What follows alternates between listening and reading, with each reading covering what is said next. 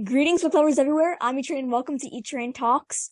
I'm a 12-year-old literacy and kindness advocate, podcast host, and booktuber. And here on E-Train Talks, I shine a light on all things books in the hopes of inspiring others to love reading. And today is a fantastic day because I am speaking with the author of one of my 2022 and 2023 favorite middle grade realistic fiction reads, and just favorite reads in general. Flip Turns is the book we'll be discussing today. So I'm here with Catherine Arguelles, the author of Flip Turns, published by Jellyfish Press, and her book, I've got to say, it draws you in and makes you want to stay till the very end. And I read Flip Turns in one enthralling page-turning sitting, and okay, I will not keep you in suspense any longer. Let's get right to it. I'm so thrilled to welcome Catherine Arguelles to E-Train Talks. Thanks for joining me today. Thanks, E. I didn't know you read it in one sitting. That makes me happy. Well, how could anybody not read Flip Turns in one sitting? Like, I'm not just saying that. It captivated me. And I know that a lot of kids have said this about your story, but it just got me. Like, That's great. That's from good. from the little things to the big things about your book. And on to the first question. Great. So, just to start off, without giving away any spoilers, will you share with our listeners a little bit about your debut novel, Flip Turns? Sure. It is a swim team mystery. It has feminist elements and some anxiety. It focuses on Maddie, a 13-year-old swimmer, who's dealing with the unwanted attention of a boy at school, and she's also struggling with her own anxiety. And then when some vandalism hits her family's community pool, they think it might be this boy who's been harassing her, but they're not sure. And then the family pool kind of falls under jeopardy and they may need to sell because the vandalism is accelerating. And so she and her best friend Ez must solve the mystery and save their team. So you just made me want to read Flip Turns over again. And I've actually read it twice now. I read it the first time for the review, then I read it again. And of course, I now want to read Flip Turns the third time. Yeah, I've read it a lot of times also. And you wrote it a lot of times as well. Yep, lots of times.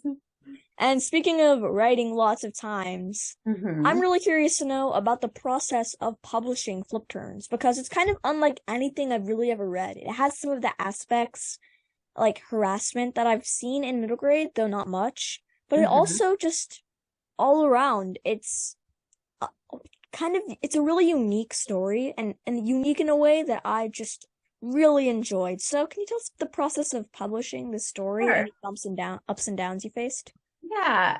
So I started writing it kind of based on my own experiences with swim team. There was an incident at my pool that happens in the middle of Flip Turns that I'm not going to tell you because it's kind of a spoiler. But it actually happened at my pool. And I remember thinking, what if that wasn't an accident? What would make someone actually cause that event to happen? So then I started developing the mystery of Flip Turns in my head and kind of wrote that out. And then I came across an article saying that up to 40% of middle schoolers have faced sexual harassment, catcalls or unwanted attention or inappropriate comments, things like that.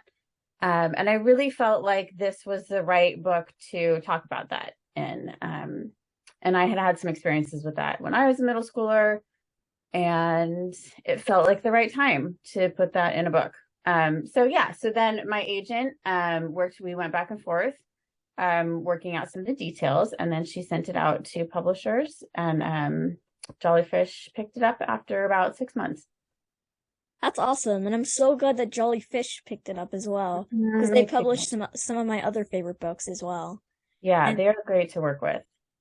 And I'm curious to know, were there any little details that you added in that I don't really know how to put it, but for instance, when you text, there's a sequence where Maddie is texting, and the messages just seem so like what I see every day, basically. So, were there any other little details like that you added in just to make it feel more real? Yeah. I'm so glad you said that about the texting because I have two daughters. They're 13 and 16. And so my oldest was in middle school when I was writing flip turns. And I knew how she texted. She texted me the same way she texts her friends, short sentences, no capitals, no punctuation. And it was really important to me that I put that in the book that otherwise it didn't feel authentic. And I did go back and forth with the editor a little bit on, making sure it made sense. We agreed to keep question marks in the text, but no periods or other punctuation and no capitalization because that's just not how kids text. That's for sure. Yeah. Like if somebody puts like a period, that sounds like kind of passive aggressive, or if Right. somebody puts an exclamation point, what's going on? Are you like, Yep. That's what my daughter said. She said, you put in a period, they're going to think they're mad at you. yeah. Yeah. But it's like spending that extra 0.2 of a second can really make a huge impact on the text. Yep, for sure. So my next question for you is, so I've read many middle grade stories that include bullying as a form of harassment, but I've never really dived into kind of sexual harassment. Yeah. There have been a couple that I've seen, though Flip Turns really takes it to an engaging level, I guess you could say. And the fact that it's in middle school, and like you said, 40% of kids in middle school face sexual harassment, that just connected with me even more because I'm just starting out middle school, and while I haven't faced that kind of harassment or seen it yet, I know that it exists, and so that it's the authenticity of it really put a smile on my face. Like you're talking about something that nobody talks about. Okay, to the question, will you share what the main message you want your readers to take away from Flip Turns? Wow, that's a big question. I do think I want, and I kind of talk about this on like a sort of part of my catchphrase is that Maddie, to save her school and to stand up to save her school and stand up for herself, it's time for Maddie to swim in the fast lane. And I don't necessarily think everybody needs to swim in the fast lane, but I do think I want to kind of give a message of standing up for yourself and not being afraid to talk about things that are happening to you, and either to the person who's doing them or to adults in your life. I think it's important that adults know, particularly when it comes to sexual harassment, but other harassment and bullying too. I think adults need to know what's going on, and sometimes they intervene and sometimes they don't. In the cases of sexual harassment, it felt important to me that, at the end, Maddie's mom names it as sexual harassment and says, this is sexual harassment because he continued to persist you and continue to try to get you to go out with him even after you said no. And it was important to me that it was specific that that's what she said. So yeah, I just hope it gets people talking. Kids talking, adults talking. Well, I really hope that as well. And I think that your story really has gotten people talking. And I've started to see a bit more stories in the middle grade genre kind of talk about sexual harassment, which is awesome to see. Although you can never have too much. There's so many different forms of sexual harassment, and all of them need to be tackled because like we talk about how we need to have diversity in books, which is really important, but there are also these kind of forms of bullying that we need to see as well. Like I guess bullying diversity. Yeah. Yeah, no, it's true. And I think there's some that people say, oh, especially with some kinds of sexual harassment, the girls will often get, oh, he's just doing it because he likes you, or just be nice and ignore him. And that's not really the right advice. That's for sure.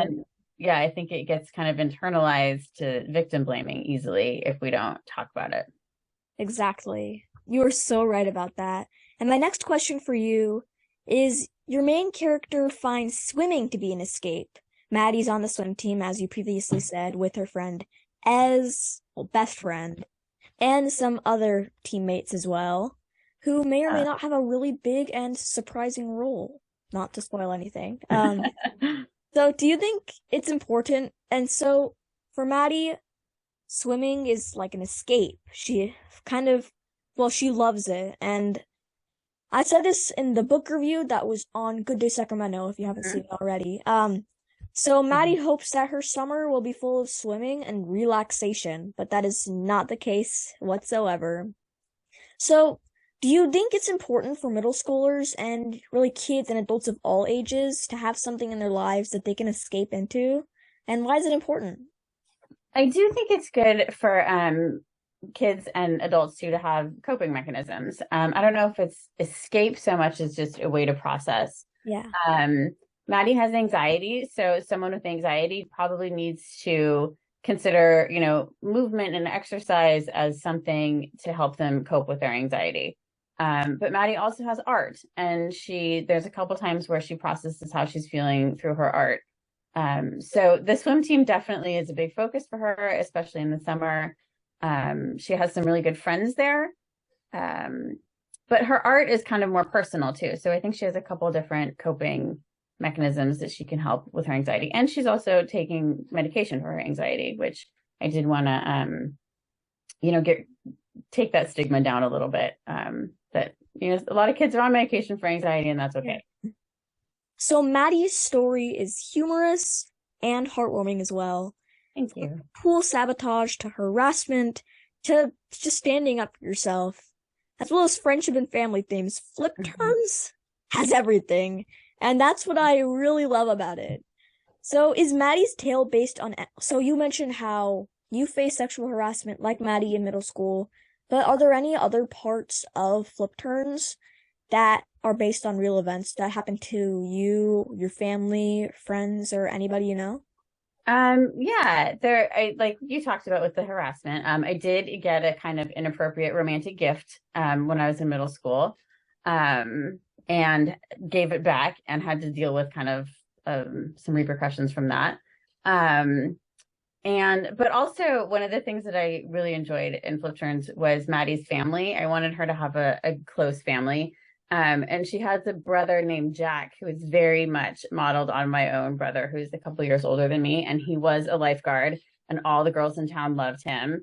And he's kind of my hero. And so it was really fun to write a big brother character like Jack, and especially give him this kind of protectiveness, but also allowing Maddie to be herself. And then I think he becomes somewhat, hopefully, a tiny bit of a role model for Lucas, the boy who has been acting inappropriately.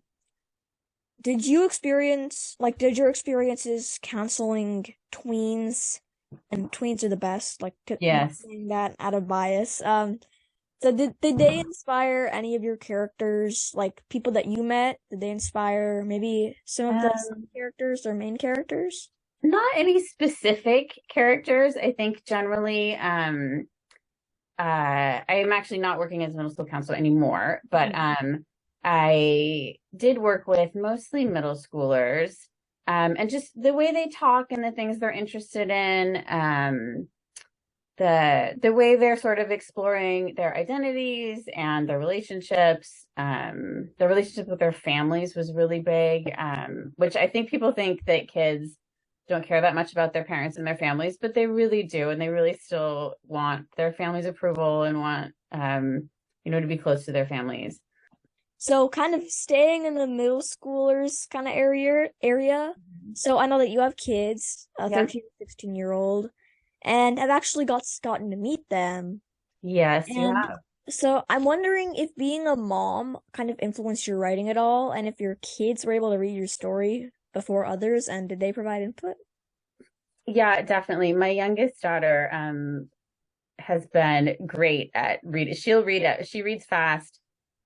She reads a ton of middle grade. She's read all the books that I bring home. So she's actually one of my first readers, and she'll kind of be like, "Mom, this doesn't sound like something a kid would say," or or she'll say something, something doesn't sound right. So she's been very helpful. My older one is now a teenager, and she's kind of not interested, but her friends, she brought bookmarks to her high school, and her friends just love them, and they're super supportive. All of her friends came to my book launch. Awesome. They've actually been really lovely and really cute. Yeah. Can you share a little bit about your writing journey, but also some writing advice that you might have for aspiring authors like me? Writing advice. Oh, let's see. What did I give you last time? Writing advice. So I have this kind of this piece of advice. You can get a lot of advice on the internet about how to get published or how to Yeah. plot. Um, I do like to plot my novels, but I also feel like writing can kind of bog you down when you're not moving forward or when the publishing journey gets difficult. So I'm a fan of planting something in your backyard or in a pot or like growing something, being able to water it and nurture it and have it completely separate from writing, and then just watching something grow and bloom, because time just moves really weird when you're on sub or when you're querying and you're waiting and you're waiting and you're waiting. So yeah, that's what I like to do is I like to watch things grow.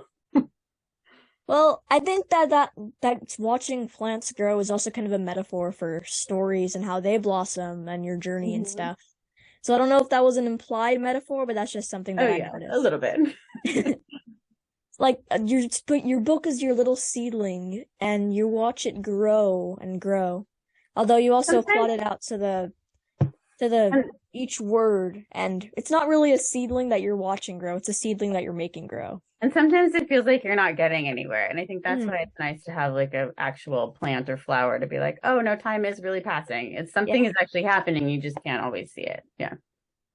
Do you have any other writing projects besides Flip Turns? I know we're all dying to know because we all loved Flip Turns, and anybody who's watching that hasn't read Flip Turns, you're gonna love it as well. So, what are you working on if you're working on Thank anything? you. Well, I am working on three different projects. They're all at different stages of the writing journey. I'm working on a middle grade, I'm working on a YA and an adult. So they're all kind of at different phases and in different with different people. So hopefully one of those will land at a publisher soon. Was there someone who inspired you to pursue writing? A parent, friend, teacher, or role model? Or did you just always love books and you were like, I'm gonna do that? I did always love books. I do get a lot of inspiration and support from my mom. She's also a writer. Um, she's the mom who always like volunteers to do the newsletter and write articles and stuff like that. Um, and she still does writing in her volunteer work.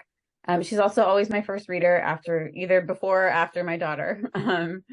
And then my brother is a journalist now. He works for the St. Louis Post-Dispatch, and so he's definitely inspiring. He's made a living being a writer, so it's really That's cool. awesome. Yeah. So my final question for you is the question I ask every single person I interview, no pressure. If you could meet any literary character, you could meet your favorite author or your favorite book character, who would it be and why? So this might be a little cliche, but Nancy Drew, and I would want to be her. Because I always thought I could be her. I loved reading Nancy Drew.